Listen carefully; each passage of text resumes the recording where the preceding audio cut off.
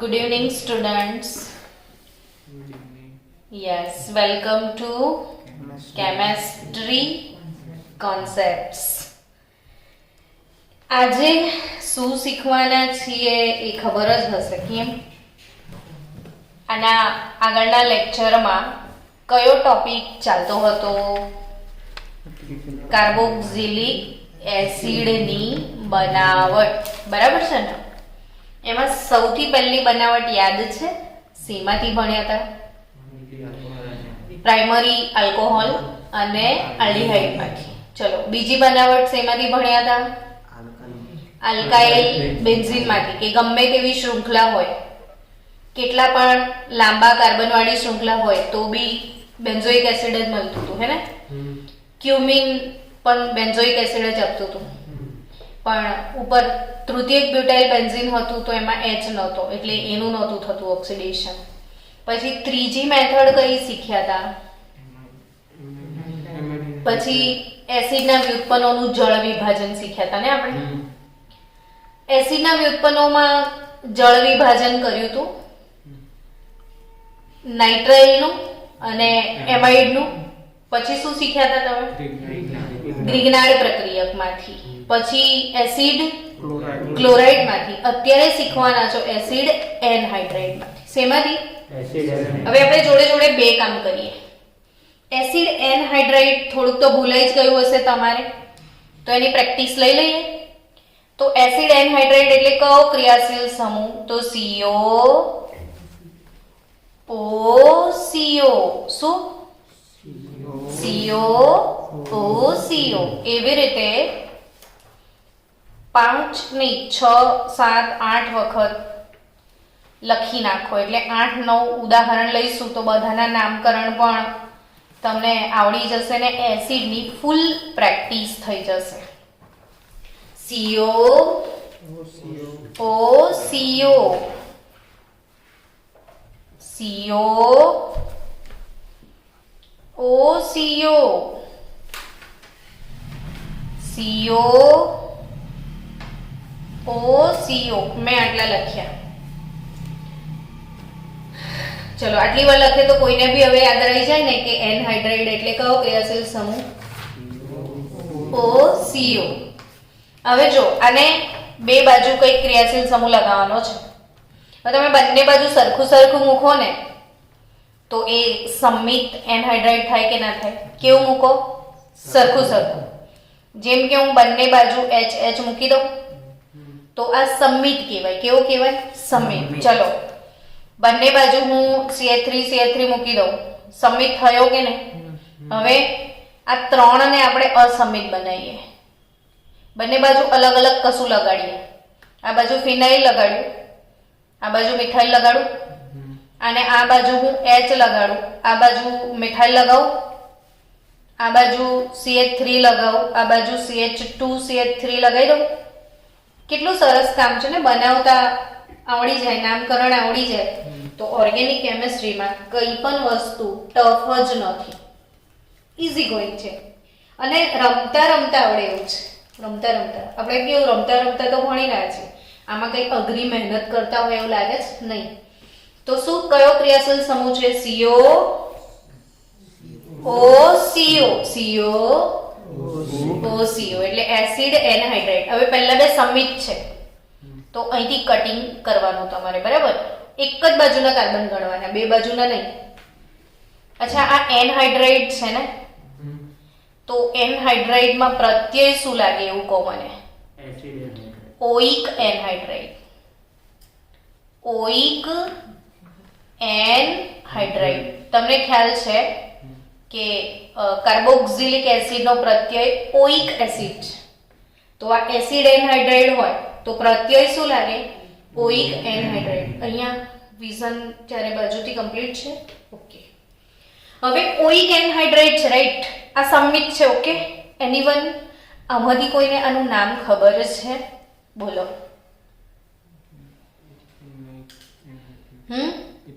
Methanoic anhydride. એક જ બાજુના કાર્બન ગણવાના છે ને. અને બીજી રીતે તમે લખો તો HCO કહેવાય. HCO ટ્વાઇસ ઓ થયું કે નહીં? શું નામ થશે? Methanoic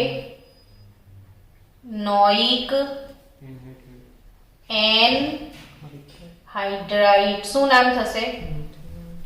methanoic anhydride.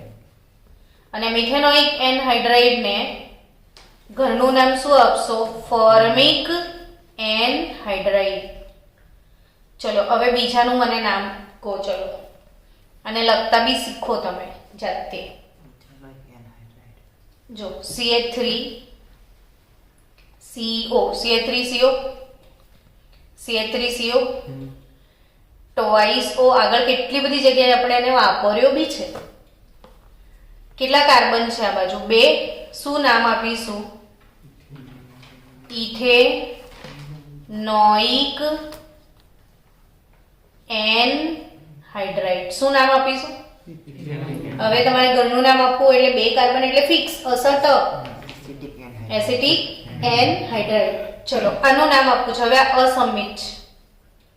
હવે જ્યારે અસમિત હોય ને તો આ બાજુનું અને આ બાજુનું બંને નામ ગણવાના. હવે આ બાજુ બેન્ઝીનની રિંગ છે તો બેન્ઝોઇક. આ બાજુ 2 કાર્બન છે તો ઇથેનોઇક. હવે ABCD માં પહેલું કોણ આવે? બી કે ઈ? બી. તો આનું નામ શું થશે? Benzoic ethanoic anhydride. શું નામ થશે?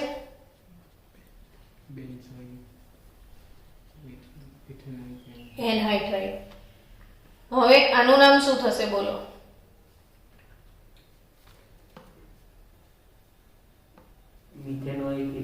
મિથેનોઇક ઇથેનોઇક ના, ethanoic methanoic anhydride. Alphabetical order. Ethanoic methanoic anhydride. સમજી ગયા? હવે ક્લિયર કે નહીં? હજી પણ આ અસમિત હોય તો બંને સાઈડના કાર્બન ગણવાના. ચલો આનું નામ બતાવો. અહીંથી કટ કરશો ને તો શું નામ થશે? Ethanoic propanoic anhydride. શું નામ થશે? Ethanoic propanoic anhydride. એટલે આપણો ટાર્ગેટ હતો કે આપણે નામકરણ બી આવડી જાય ને જોડે જોડે પ્રક્રિયા બી શીખી લઈએ. હવે આ એનહાઇડ્રાઇડ એટલે મેં સવારે નહોતું કરાયું કે વાર લાગે એવી કન્ઝ્યુમિંગ પ્રોસેસ છે. હવે આપણે એને જળ વિભાજન કરી લઈએ. શું કરવાનું છે? કશું જ નહીં. એસિડ ડેરિવેટિવ એટલે જળ વિભાજન એટલે HOH નાખવાનું. તો નાનું બાળક બી જવાબ આપી દે કે અહીંથી ટુકડો કરો HCO પછી O પછી H તો HCOOH મળે. હા કે ના? HCOO ને આ H થઈ ગયો. હવે આ શું બચ્યું? HCO બચ્યું તો આ OH લાગી જશે. Get it? જો સમજો કે મિથેનોઇક એનહાઇડ્રાઇડ છે એટલે બંને બાજુ સરખું સરખું છે તો 2 મોલ મિથેનોઇક એસિડ જ મળે. આનાથી ઊંધું તમે 2 મોલ મિથેનોઇક એસિડ લો ને એનું જળ દૂર કરો તો મિથેનોઇક એનહાઇડ્રાઇડ. આગળ આપણે આ જ ભણવાનું છે. આ બધી પ્રોસેસ ઊંધી ભણીશું. હવે સમજ્યા કે 2 મોલ શું લઈ લો? એસિડ. પાણી દૂર કરી નાખો તો શું બનશે? Methanoic anhydride. ઊંધું. હવે મિથેનોઇક એનહાઇડ્રાઇડમાં જળ નાખો તો શું બને? Methanoic acid. સમજ્યા કે ના સમજ્યા? સમજ્યા. હવે આમાં પાણી નાખશો તો કયા 2 એસિડ મળશે? કહો.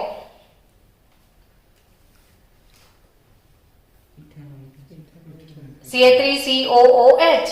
અહીંથી બી એ જ મળશે. એક બાજુ H ઉમેરો ને એક બાજુ OH ઉમેરો તો 2 મોલ ઇથેનોઇક એનહાઇડ્રાઇડ છે એટલે ઇથેનોઇક એસિડ જ મળે. તો આમાંથી હવે ખબર પડી ગઈ 2 અલગ અલગ છે તો 2 અલગ અલગ એસિડ મળશે. આ 2 ભેગા કર્યા છે એમના જ નામ લેવાના. કયા 2 એસિડ મળે બોલો? બેન્ઝોઇક એસિડ મળશે. બેન્ઝોઇક ઇથેનોઇક એનહાઇડ્રાઇડ એટલે બેન્ઝોઇક એસિડ ને જોડે જોડે ઇથેનોઇક એસિડ. અચ્છા આમાંથી હા 2 મોલ H ના, HOH એક જ મોલ જોઈશે ને. અહીં એક બાજુ H ઉમેરાશે અને એક બાજુ OH ઉમેરાશે. જો એક બાજુ HCOO સુધી તો છે જ ને આપણી જોડે. હવે અહીંથી શું ઉમેરાય? H એટલે HCOOH થઈ ગયું. હવે આ HCO ને આ OH એટલે એક મોલ જ પાણીમાં થઈ જશે. તો અહીંયા ઇથેનોઇક પ્રોપેનોઇક છે ને, તો HOH એટલે CH3COOH ઇથેનોઇક એસિડ અને CH3CH2COOH પ્રોપેનોઇક એસિડ. એવી રીતે હવે આની નિપત તો આવડી જ જશે ને. નામ બી નતું લખ્યું આપણે, મેથેનોઇક ઇથેનોઇક એનહાઇડ્રાઇડ. તો મેથેનોઇક એસિડ અને ઇથેનોઇક એસિડ. તો એસિડ એનહાઇડ્રાઇડ એનું જળ વિભાજન થતા પણ શું મળે છે? Carboxylic acid. આપણી ચોપડીમાં તો આટલી એક જ લાઈન છે, પણ એને સમજતા ખાસી એવી વાર થાય છે. આ PDF બનાવીને મોકલી દેજો હો છોકરાઓ. ચલો હવે આપણે આગળ વધીએ. બીજી બનાવટ શેમાંથી? એસ્ટરમાંથી. એટલે તમારે તકલીફ શું હશે કે એસ્ટર બી પાછું નામ ભૂલી જ ગયા હશો. ભલે કેટલી બી વાર કરાવો પણ દર વખતે તમે શું કરો? ભૂલી જાઓ. કોને ખબર છે એસ્ટર એટલે કયો ક્રિયાશીલ સમૂહ? C double bond O R થયો એસ્ટર. ચલો હવે આપણે એસ્ટરના 5-7 એક્ઝામ્પલ લખીએ. CH3 COO CH3 CH3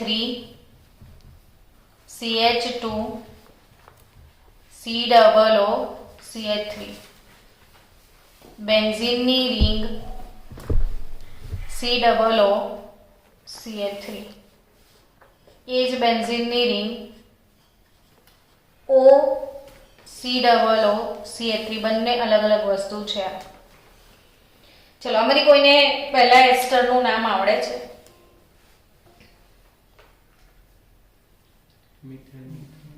એસ્ટરની cake હંમેશા O થી કાપવાની. બિલકુલ આ યાદ રાખો, એસ્ટરનો બર્થડે હોય તો એનો બર્થડે કેક ક્યાંથી કાપવાનો? O થી. COO તો O આવે ત્યાં ઉભા રહેવાનું. હવે આ ભાગ કેટલા કાર્બનનો છે? એટલે એને તો મિથાઇલ જ કહેવાય ને. તો આ થયો મિથાઇલ. હવે આમાં કેટલા કાર્બન છે એવું કહો મને? બે કાર્બન વાળાને શું કે બધા? ઇથેન. એને એસ્ટર છે એટલે OH લગાવવાનો.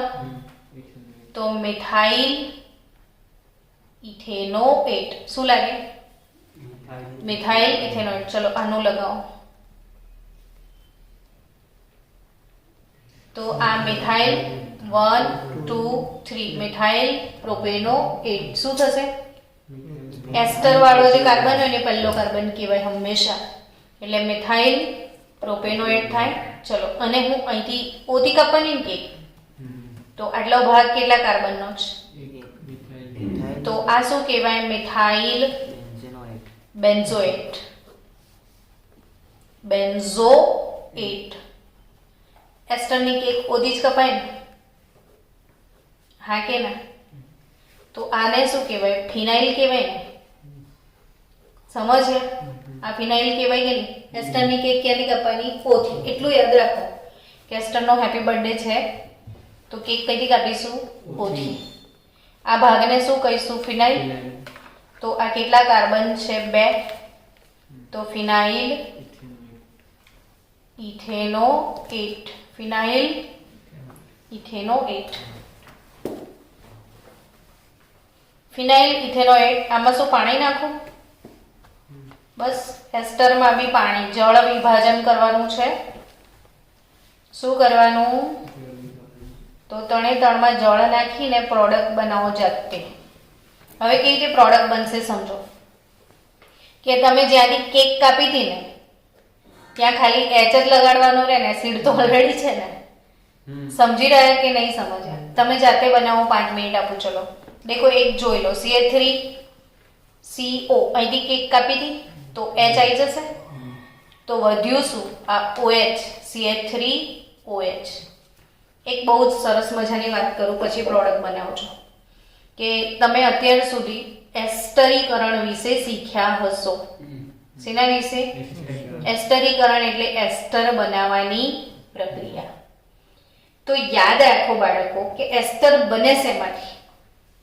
તો કે એસ્ટર બનાવવા માટે શું જોઈએ ખબર છે? એસિડ અને બીજું શું જોઈએ? આલ્કોહોલ. એસ્ટર બનાવવા માટે શું જોઈએ? એસિડ અને આલ્કોહોલ. તો એસિડ પ્લસ આલ્કોહોલ ભેગા થાય તો શું બને? એસ્ટર. અને પાણી દૂર થાય. સમજ્યા? હવે આ પ્રક્રિયા ઊંધી વિચારો. એસ્ટર પ્લસ પાણી તો શું બને? એસિડ અને આલ્કોહોલ. તો આ જ એસિડ અને આલ્કોહોલ આવ્યો. હવે અહીંયા O થી કેક કાપશો તો બધાની નીપજ બનાવશો ખરા જાતે? ચલો ફાસ્ટ 5 મિનિટ તમને આપી. નીપજ ખુદ બનાવો.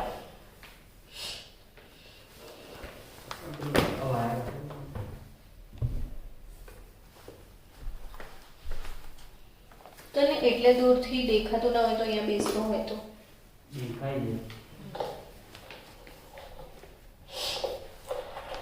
એસ્ટરમાંથી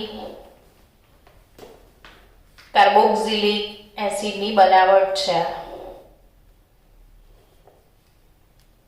5 મિનિટ આપી. ફાસ્ટ લખી દો. CH3 CH2 COOH અને CH3OH. આમાંથી તમને શું મળશે? બેન્ઝોઇક એસિડ મળ્યો. બેન્ઝોઇક એસિડ પ્લસ શું મળ્યું બોલો?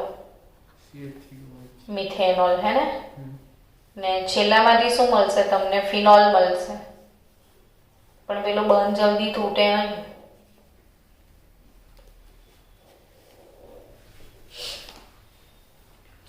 અને CH3CO ઇથેનોએટ છે તો ઇથેનોઇક એસિડ ને ફિનોલ તમને મળશે. તો આઈ થિંક ક્લિયર કટ સમજ પડી હશે એવું હું ધારી લઉં ને.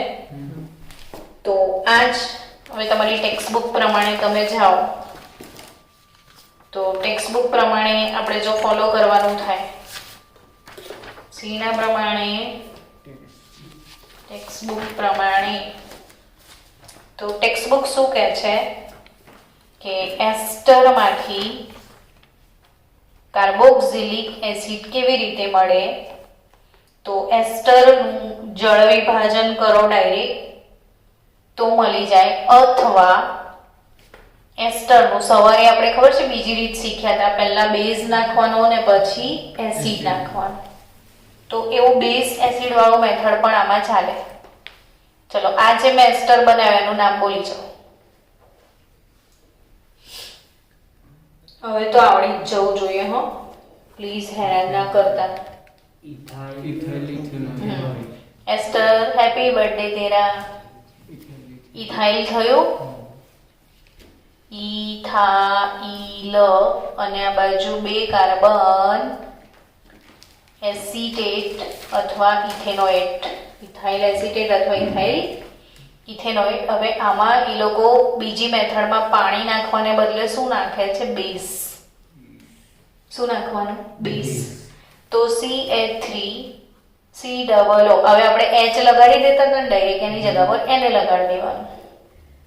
સોડિયમ એસિટેટ મળે અને ઇથેનોલ તો મળી જ જશે. CH3CH2OH. એક બાજુ Na લાગે ને એક બાજુ OH લાગે. પહેલામાં એક બાજુ H અને OH લાગતું હતું, હવે શું લાગશે? Na અને OH. હવે નેક્સ્ટ સ્ટેપમાં એમાં એસિડ નાખવાનો, H3O+ જળ વિભાજન. તો CH3COOH મળી જશે એસિડ. Na+ એક્વિયસ છૂટો પડી જશે ને પાણી.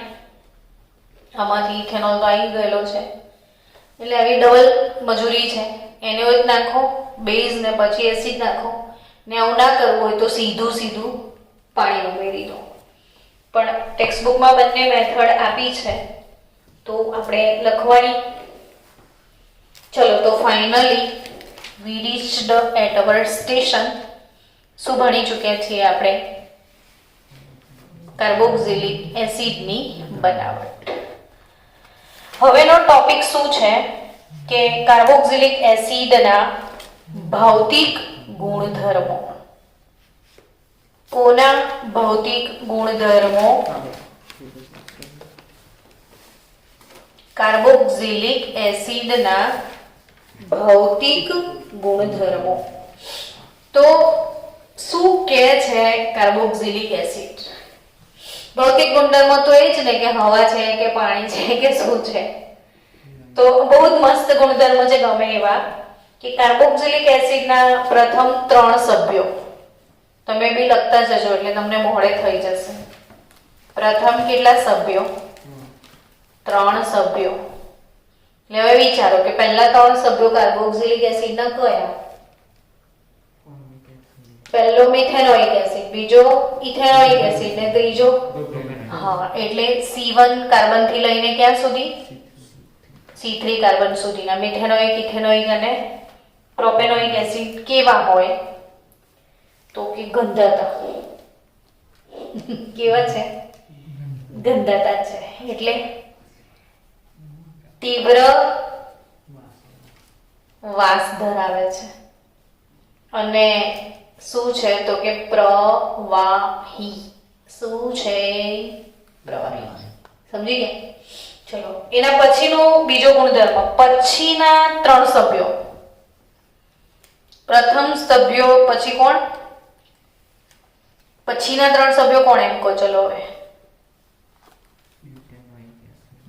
બ્યુટેનોઇક, પેન્ટેનોઇક અને હેક્ઝેનોઇક. એટલે C4, 4, 5 અને 6 વાળા. બરાબર? મજા આવે એવા ગુણધર્મો છે. બધામાં એક જ વસ્તુ લખી હશે છેલ્લે. પહેલા 3 આવા, પછીના 3 આવે, છેલ્લા 3 સુધી પણ એવા જ રહેશે. તો હવે એના પછીના 3 માટે શું? તો કે અહીંયા તીવ્ર વાસ લખી છે, અહીંયા અણગમતી વાસ. કેવી વાસ? અણગમતી વાસ ધરાવતા, રંગવિહીન છે. ગંધાય પણ છે, રંગ બી નહીં આપ્યો ભગવાને. કેવા બનાવ્યા બિચારાઓને, તેલ તેલ કરી નાખ્યું છે એમને. થોડાક કેવા છે? તૈલી પ્રવાહી. કેવા છે? તૈલી. એમ બી આ લોકો તેલ જ છે ને, ફેટી એસિડ એટલે બધા તેલ. તો બહુ બધા કાર્બન વધી જશે તો તેલ તેલ થઈ જશે. ને પછીના 3 સભ્યો, એના પછીના 3 તો એ કોણ? 7, 8, 9 એ લોકો બરાબર એવું કીધું છે.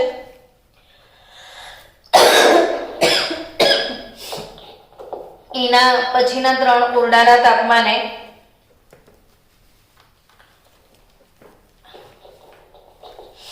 અણગમતી વાસ ધરાવે છે. ઓરડાના તાપમાને કેવી વાસ છે? અણગમતી વાસ. તો ઉપર શું હતું? અણગમતી વાસ જ હતી. રંગવિહીન પ્રવાહી છે, ખાસ કઈ લખ્યું નથી.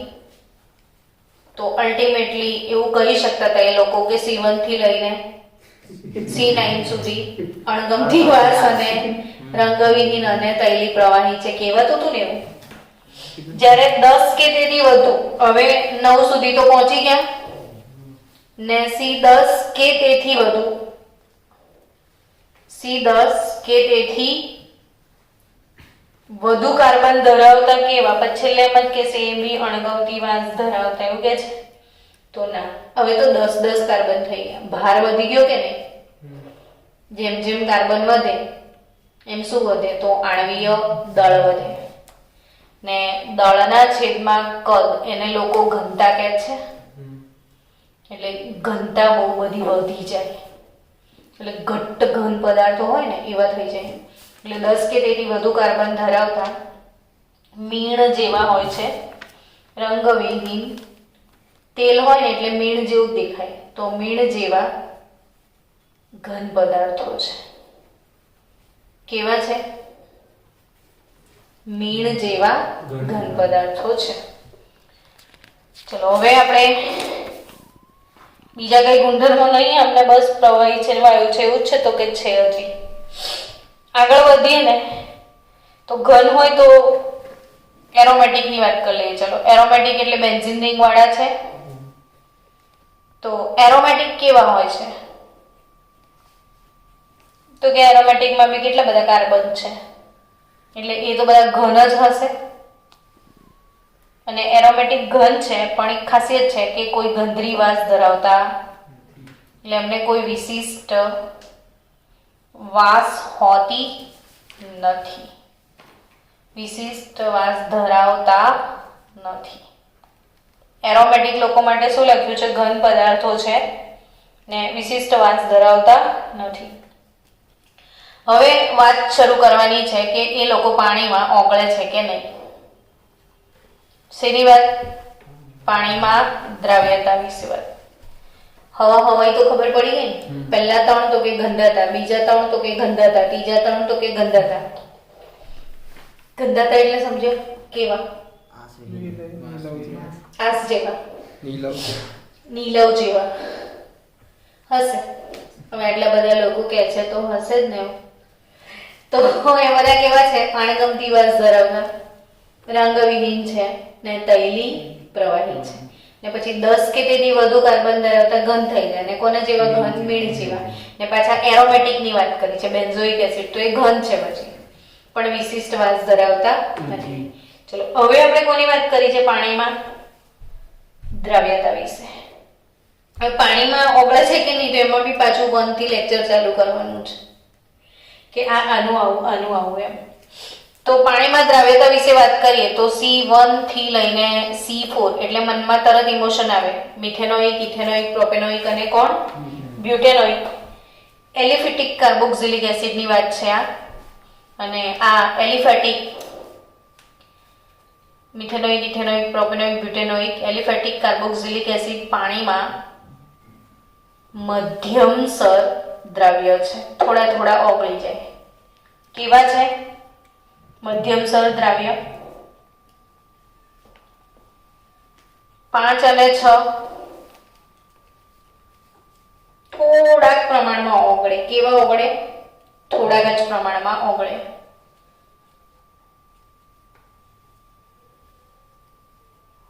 પાંચ અને 6 થોડાક જ દ્રાવ્ય છે અને એ સિવાયના બાકીના બધા પાણીમાં કેવા? અદ્રાવ્ય. સમજી ગયા? આપણે એ વસ્તુ ધીરે ધીરે જ લઈ જવાની, સ્પીડમાં લઈ જઈને કઈ એને ફટાફટ ભગાવવાની જરૂર નથી. એટલે તમે જ્યારે વિડીયો બી જોશો તો આરામથી બેઠા સાંભળશો તો તમને યાદ થઈ જશે. ચલો આગે बढ़े. હવે શું? તો કે કાર્બોક્સિલિક એસિડમાં આવેલા હાઇડ્રોજન બંધ આલ્કોહોલના હાઇડ્રોજન બંધ કરતા પ્રબળ હોય છે. એટલે હવે એમના ઉત્કલન બિંદુની વાત આવી કે આપણે આલ્કોહોલ અને એસિડની કમ્પેરિઝન કરીએ. કોની કમ્પેરિઝન કરીએ? આલ્કોહોલ અને બીજી કોની? એસિડની. તમને શું લાગે છે બેમાં કોના ઉત્કલન બિંદુ ઊંચા હશે?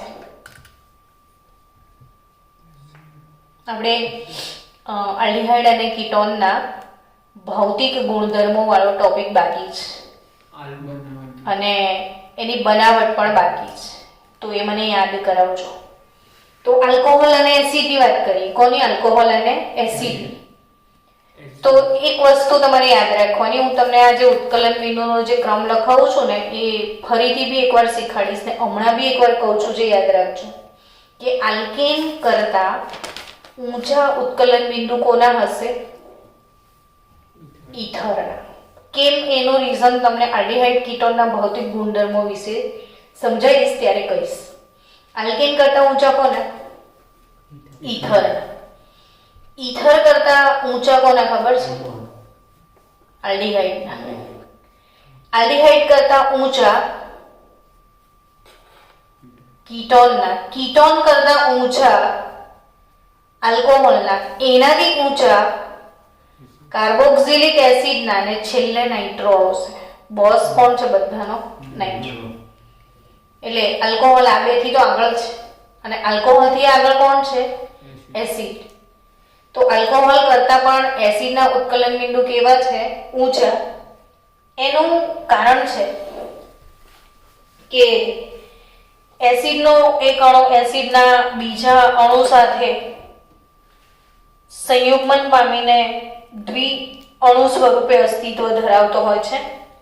ફોર યોર એક્ઝામ્પલ, આપણે પ્રકરણ નંબર 3 દ્રાવણો ચેપ્ટરમાં મેં તમને ડાયમર શીખવાડ્યો. તો આજે ભૂલી ગયા હો તો ફરી શીખી લો. તો તમને દ્રાવણો ચેપ્ટરમાં વોટ ઓફ અવયવ વખતે ડાયમર શીખાયા હતા ને ફરી એકવાર રિવાઇઝ કરી જ લો, જરૂરત જ છે.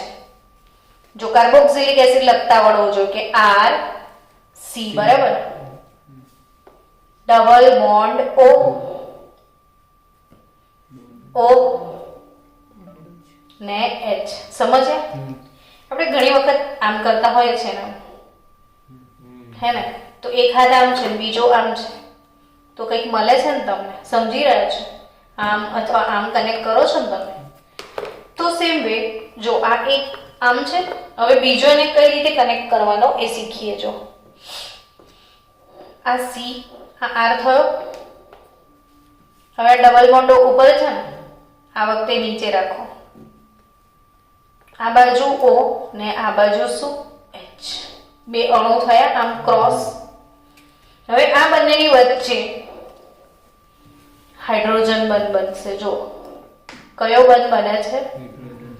એટલે આલ્કોહોલ કરતા આને ડાય એટલે બે, મર એટલે અણુ, તો આને શું કહેવાય? ડાયમર. અને આ ઘટના જે છે ને એને સુયોજન કહેવાય. શું કહેવાય?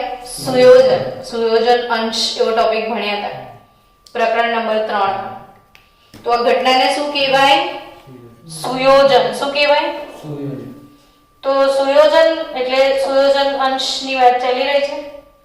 હવે આ સંયુગ્મન થયું પ્રોટોન વિહીન દ્રાવક અથવા બાષ્પ અવસ્થામાં. આ કઈ અવસ્થામાં હોય છે આ લોકો આવી રીતે? આ બધા પ્રશ્નો પડશે ત્યારે એમ થશે કે અહીંથી પ્રશ્ન પડ્યો. આ ડાયમર, જેને ગુજરાતીમાં આપણે દ્વિઅણુ કહીશું, ને એ કઈ અવસ્થામાં જોવા મળે? આ બાષ્પ અવસ્થામાં. અથવા જેનામાં પ્રોટોન ના હોય ને એવા પ્રોટોન વિહીન એપ્રોટિક, પ્રોટોન વગરનો હોય એને શું કહેવાય? એપ્રોટિક દ્રાવક. જેમ કે તમે પાણીની વાત કરો તો પાણીમાં H+ ને OH- છે એટલે એમાં પ્રોટોન છે. તમે આલ્કોહોલ લો, કઈ પણ આલ્કોહોલ, તો એમાં બી પ્રોટોન છે એવું કહેવાય. પણ ઈથર લો ને, CH3OCH3, તો વચ્ચે આમાં પ્રોટોન નથી. એસિટોન લો ને, CH3COCH3, તો બધા પ્રોટોન વગરના દ્રાવક કહેવાય. ને એવા દ્રાવકમાં કાર્બોક્સિલિક એસિડ ડાયમર સ્વરૂપે અસ્તિત્વ ધરાવે. કેવા દ્રાવકમાં? તમે ત્રીજા ચેપ્ટરમાં તમને યાદ કરાવું મેં શું ભણાવ્યું કે કાર્બોક્સિલિક એસિડને જ્યારે કેરોસીનમાં ઓગાળવામાં આવે છે. શેમાં? ને કેરોસીન પ્રોટોન વિહીન દ્રાવક કહેવાય. ને કેરોસીનમાં ઓગાળવામાં આવે છે ત્યારે એનું સુયોજન થાય છે. અને આ પ્રશ્ન ગયા વર્ષે બોર્ડમાં પૂછ્યો હતો કે બેન્ઝોઇક એસિડને, કયા એસિડને? કેરોસીનમાં ઓગાળવામાં આવે ત્યારે એનો આણ્વીય દળ કેટલો હોય એમ. હવે વિચારો કે બેન્ઝોઇક એસિડ છે એટલે બેન્ઝીનની રિંગ પર COOH થયો, એનો આણ્વીય દળ 122 છે. પણ જ્યારે એને શેમાં ઓગાળશો તમે? કેરોસીનમાં ઓગાળશો ત્યારે એ તો સુયોજન થઈ જશે. તો 122 + 122 કેટલો આણ્વીય દળ થશે? 244. આ થીમ પર ક્વેશ્ચન છે. સમજ્યા કે નહીં? તો બેન્ઝોઇક એસિડને શેમાં ઓગાળો તમે? કેરોસીનમાં. બેન્ઝોઇક એસિડને શેમાં ઓગાળો? તો એનું સુયોજન થાય. એટલે એનો આણ્વીય દળ પૂછે. કેમ પૂછે છે? કે તમારો નોલેજ ચેક કરે છે, તમને ખબર છે કે નહીં ત્યાં સુયોજન થાય છે કે નહીં. તો એ જ સમજવાનું છે કે કાર્બોક્સિલિક એસિડ બાષ્પ અવસ્થામાં અથવા તો પ્રોટોન વગરના દ્રાવકમાં, કેરોસીન કે પછી ઈથર કે પછી એસિટોનમાં તમે એને ઓગાળો તો એમાં શું બની જાય? ડાયમર. તો એનો આણ્વીય દળ કેવો થઈ જાય? ડબલ. તો આ ઘટનાને સુયોજન કહેવાય. શું કહેવાય? તો તમને પ્રશ્ન થાય કે પ્રોટોન વાળા દ્રાવકમાં ઓગાળો તો શું થાય? હે ને? પ્રોટોન વિહીનમાં ઓગાળો તો ડાયમર બને, તો પ્રોટોન વાળામાં ઓગાળો ને તો પોલિમર બને. ને પોલિમર એટલે બહુ જ બધા જોડાય. તો એ આકૃતિ આપણે દોરતા શીખીએ. ચલો પાછું બધા જો, R C double bond O, O ને H આવું થયું. ચલો આ બાજુ બી C, O, O, H અને R. આટલું તો તમને આવડી ગયું. એટલે આ બંને વચ્ચે તમે બંધ બનાવ્યો, હાઇડ્રોજન બંધ. કયો બંધ બનાવ્યો? હાઇડ્રોજન બંધ. હવે એવું કરીએ આપણે કે O જે છે, આમ પેલું ગ્રેફાઇટનું બંધારણ નતા દોરતા આમ બધા હેક્ઝાગોન એવી રીતે, તો જ્યાં O છે ને ત્યાંથી આમ H બનાવવાનો. જો આમ થવું જોઈએ, ફરીથી બેન્ઝીન જેવું. O છે ત્યાંથી શું બનાવો? ડોટ ડોટ ડોટ કહીને H. પછી આખો કાર્બોક્સિલિક એસિડ પૂરો કર્યા. ના ખબર પડે તો અહીં જોવાનું. H પછી શું આવે? O આવે. H પછી શું આવે? O. O પછી શું આવે? C. C પછી શું આવે? ડબલ બોન્ડ O અને શું આવે? R. પતી ગયું. ચલો એ રીતે અહીં પણ ડોટ ડોટ ડોટ H બનાવી દો. સમજી રહ્યા છો? H પછી શું આવે? O પછી શું આવે? C જોડે શું આવે? ને R ની બાજુમાં શું આવે? R. થઈ ગયું. પોલીમર ઈઝી ગોઈંગ હતો ને, સમજો તો. નહીં તો જોઈ લો, એમ કોઈ વાર શીખ્યા વગર દેખો ને તો ચક્કર આવી જાય. તો આ પોલીમર એટલે આ અણુઓનું સંયુગ્મન છે. અને એ કઈ અવસ્થામાં? તો પ્રવાહી અવસ્થામાં. કઈ અવસ્થામાં? અને એટલે જ આટલા બધા હાઇડ્રોજન બંધ બનીને સંયુગ્મન થાય એટલે જલ્દી તૂટે ના આ. એટલે એના ઉત્કલન બિંદુ આલ્કોહોલ કરતા પણ કેવા છે? ઊંચા. સમજી રહ્યા છો કે બાઉન્સર જાય છે? લોલીપોપ છે ને, ખબર પડી ને? તો આ બધા એકબીજા સાથે કયા બંધ બનાવે છે? હાઇડ્રોજન બંધ. એટલે અણુ અણુ વચ્ચે બહુ બધું આકર્ષણ હોય એટલે એને તોડવા માટે વધારે ઉર્જા જોઈએ, એટલે વધારે ગરમ કરવું પડે. એટલે એના ઉત્કલન બિંદુ ઊંચા. કોના કરતા? આલ્કોહોલ કરતા, આલ્ડિહાઇડ કરતા પણ, કીટોન કરતા પણ, બધા કરતા ઊંચા છે. તો આ સંયુગ્મન. અરે પાણી સાથે બી હાઇડ્રોજન બંધ બનાવે એટલે પાણીમાં તો ઓગળે છે. જો R, C double bond O, O અને H. હવે ડોટ ડોટ ડોટ HOH થઈ ગયું પાણી. ડોટ ડોટ ડોટ H હોય તો O જોડે બન્યું કે નહીં પાણી. તો આ કોના ગુણધર્મો શીખ્યા તમે આજે? કાર્બોક્સિલિક એસિડના. કાર્બોક્સિલિક એસિડ પાણી સાથે પણ શું બનાવે છે? હાઇડ્રોજન બંધ. અંતર આણ્વીય હાઇડ્રોજન બંધ છે એટલે એ પાણીમાં ઓગળે છે. તો હવેનો ટોપિક આવશે આપણે કાર્બોક્સિલિક એસિડની રાસાયણિક પ્રક્રિયાઓ. 39 મિનિટ બંધ કરી દે.